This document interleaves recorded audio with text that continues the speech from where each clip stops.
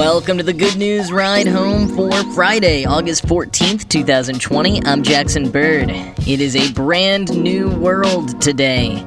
There's a new ice cream truck jingle from Good Humor and RZA. A new dinosaur species was discovered in England. Some books of classic literature are being published under new names, and a new use for the little free libraries. Here are some of the cool things from the news today. When Mary Ann Evans began writing fiction in the mid-1800s, she did so under the pen name of George Eliot. The famous author of Middlemarch did so to avoid the stereotypes associated with women authors, that they wrote largely light-hearted romances, and the fact that books written by women would not be read by men, thus restricting the audience. Evans also had a prolific career as a critic and essayist that she wanted to separate from her fiction writing, and she had a fairly scandalous open marriage that she may have wanted to keep from being associated with her writing. But now, Middlemarch and 24 other books by women published under male pseudonyms are being released under their real names for the first time as part of the Reclaim Her Name campaign being run by the Women's Prize for Fiction in honor of the 25th anniversary of the prize. Novelist Kate Moss, who founded the Women's Prize for Fiction, said of the project and the selected authors, quote, "They kept their names hidden for all sorts of different reasons. There's the idea of hiding the fact that you're a woman because it's not appropriate for women to be out there in the public sphere. But it's not very long ago that Malala Yousafzai was shot by the Taliban for daring to go to school. So there are obviously some women writers who are hiding their identity through fear of persecution, either by male relatives, but equally by the state. They're writing works that would get them into trouble." End quote. The team selected the 24 authors from a long list of over 3,000. Quoting The Guardian, "Some of the books, like Middlemarch, are well known, including A Phantom Lover, a ghost story by Violet Paget, who wrote as Vernon Lee. And Indiana, a romance from Amatine Aurora Dupin, the 19th century author better known as George Sand, who famously scandalized society by wearing male clothing and smoking cigars in public. Others are being brought to the forefront after forgotten decades, such as Keynotes, a collection of feminist short stories from 1893 that includes open discussions of women's sexuality. The stories were written by Mary Bright, who was known as George Egerton. Frances Rollin Whipper published The Life of Martin R. Delaney in 1868 under the pseudonym Frank A. Rollin. She was the first African-American to publish a biography. Fatima Farahani published poems in 19th century Iran as Shaheen Farahani. Anne Petrie, who wrote as Arnold Petrie, was the first African-American woman to sell more than 1 million copies of a book, and joins the list with Marie of the Cabin Club, her first published story from 1939. End quote. The whole collection is being released for free as ebooks so that as wide an audience as possible can enjoy them, and physical box sets are also being produced and donated to libraries. A new species of dinosaur has been discovered on the Isle of Wight off the coast of England. Named the Vecteravinitor inapinatus, it lived during the Cretaceous period and belongs to the same clade of dinosaurs as the Tyrannosaurus rex, as well as modern-day birds. The team at the University of Southampton, who have led the study, believe the dinosaur could have been up to 13 feet long, based on the 4 bones that were found on a beach in the village of Shanklin last year. The mouthful of a name, Vecteravinitor inapinatus, was chosen in part because of the air sacs found in the bones. The bones from the neck, back, and tail were, quoting Gizmodo, full of air gaps, like the ones modern birds have to keep their skeletons light. These air sacs also form part of the respiratory system, acting like an extension of the lungs to make breathing more efficient, but with the side effect of making some parts of the skeleton fragile. End quote. That explains the arrow part of the name, but here's where the rest comes from. Vect comes from Vectus, which was the ancient Roman name for the Isle of Wight. Vinitor means hunter in Latin, and inapinatus means unexpected. So basically, the name means the unexpected air-filled hunter from the Isle of Wight. And, well, I guess compared to that, Vecteravinitor inapinatus is actually a bit more succinct of a name. The bones were uncovered during 3 separate discoveries. First by Robin Ward, a fossil hunter from Stratford-upon-Avon. then by James Lockyer from Spalding, Lincolnshire, and finally by Paul Farrell from Ryde, who said he was just kicking stones around when he uncovered the fossils. Chris Barker, who led the University of Southampton study, told the BBC, quote, "The record of theropod discoveries from the mid-Cretaceous period in Europe isn't that great, so it's been really exciting to be able to increase our understanding of the diversity of dinosaur species from this time. You don't usually find dinosaurs in the deposits at Shanklin, as they were laid down in a marine habitat. You're much more likely to find fossil oysters or driftwood, so this is a rare find indeed." End quote. The running theory so far is the Vecterovenator lived a bit north of where it was found, but that after this particular dino died, its body washed out into the shallow sea. The paper on these fossils will be published soon, and the team at Southampton is continuing to study them while also hoping to find more fossils along the beach to help them fill in the gaps.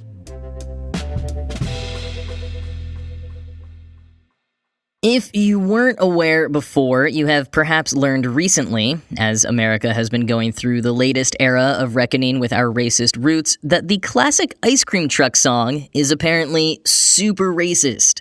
That's right, it is not just an annoying earworm that blasts all summer long, and sometimes in the winter, and late at night, at least here in New York City.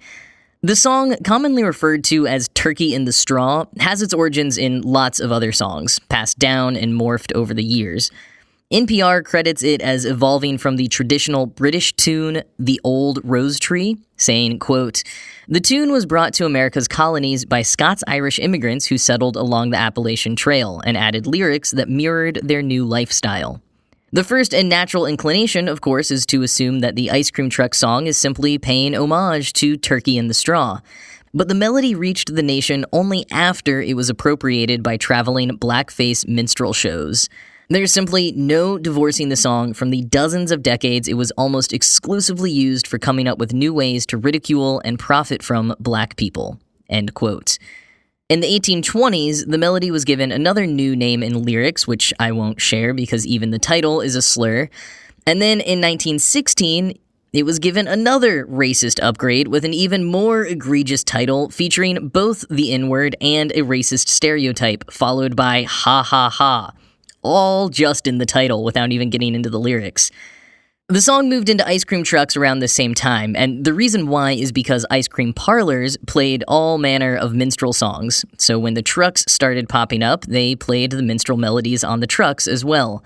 But now, Good Humor, one of the most iconic ice cream truck vendors in America in the mid-20th century, has made attempts to atone for their sins.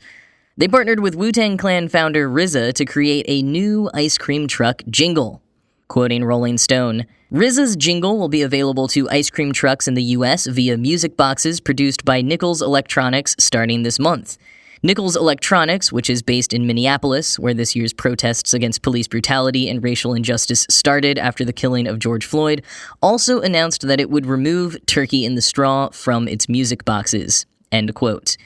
In a video debuting the new jingle, RZA said, quote, "We wanted to make a melody that includes all community. That's good for every driver, that's good for every kid.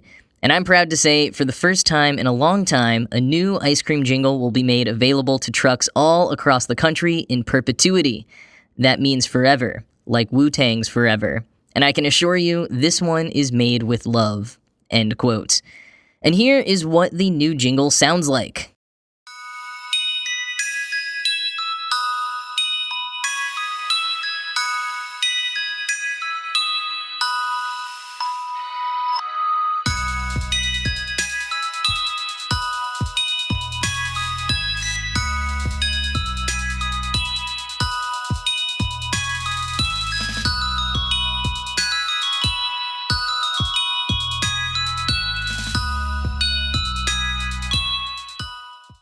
I gotta say, my favorite part of it, other than the complete lack of racist origins, is how gentle and calming it is.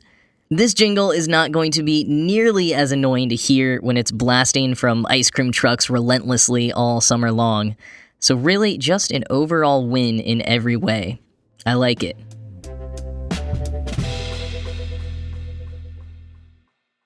Have you ever seen a little free library?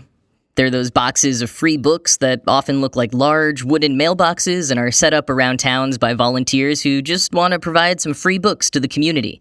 It's technically a nonprofit with more than 100,000 book exchanges registered around the world, but lots of people set them up independently as well. Jessica McClard started noticing more and more of these libraries popping up in her hometown of Fayetteville, Arkansas a few years back. She says she was inspired by the neighborly sense that the tiny free spaces afforded and decided she wanted to create something similar, but not for books, for food. McClard had been passionate about poverty justice for years, volunteering in various ways to combat food insecurity in her hometown, so this seemed like the obvious next step. And in May of 2016, she founded Little Free Pantry, and it has since grown to include hundreds of pantries around the US and more around the world, totaling close to 3,000. Now, unlike Little Free Libraries, Little Free Pantry is not a nonprofit organization and remains entirely open source, though the website does include lots of guidelines and resources for anyone who wants to start one up. And once one has been established in a community, McClard points out that it's an easy way for people to give back, even when they can't contribute that much. She told the Christian Science Monitor, quote, "For a lot of people, it's difficult to write a $25 check, but when they get paid, they might pick up an extra can of green beans and put it in the mini pantry. That happens all the time," end quote. Unsurprisingly, the Little Free Pantries have become exceptionally popular since the start of the pandemic. McClard says, quote, "COVID has people looking to do something, and this is something that people can do. Social distance is built in, so you don't really need to be close to someone to help through these spaces. I feel like it's the mini pantry moment," end quote. Little Free Pantries is not the only project of its kind. Similar projects conceived independently have been happening across the world for years and have all ramped up in recent months. You may have also heard about the free food fridges that have been popping up all over the US as well. Quoting the Christian Science Monitor, "Mini pantries are not intended to take the place of food banks, which are far larger and have the capacity to serve much greater numbers of people. Since mini pantries are small, they cannot stock the quantity and variety of foods that would be available at a food bank, nor are the contents of a mini pantry predictable.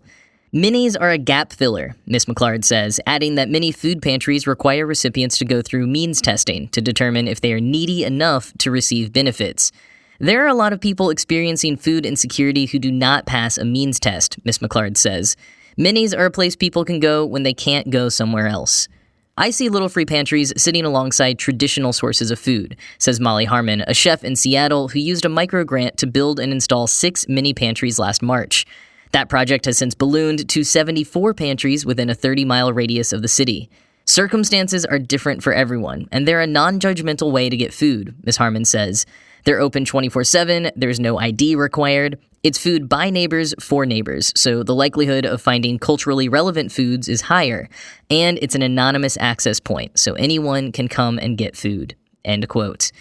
And if you would like to get involved by donating, starting your own, or accessing one in your neighborhood, I will include links to both the Little Free Pantries and the Little Free Libraries sites in the show notes.